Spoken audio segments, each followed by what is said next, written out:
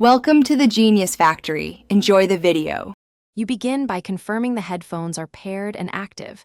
This ensures commands route to the right device. Open the Google app or Assistant settings now, because disabling Assistant on a Bluetooth headset happens in device and sometimes within the app. Make sure Bluetooth is on and the headset shows as connected. If not, reconnect. While you're here, note the headset model name. It helps find the specific audio or input setting later. Once in Assistant settings, navigate to Hey Google and Voice Match to control voice triggers. You'll find options that list connected headphones. Toggle off voice activation for that headset so button presses or hot words no longer summon the assistant. Also check app permissions and microphone access for the device. Removing mic permission prevents accidental wake. Make sure to save or confirm changes. Some phones require tapping back or closing the settings for changes to apply to Bluetooth devices.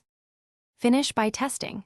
Press the headset button and speak a wake word. You should get no assistant response.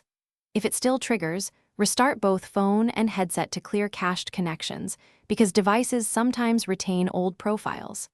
If problems persist, remove the headset from Bluetooth, repair after toggling the assistant options, and only consider a headset factory reset as a last resort. Keep in mind this erases custom settings and pairs. Thanks for watching. If you found this helpful, don't forget to like and subscribe.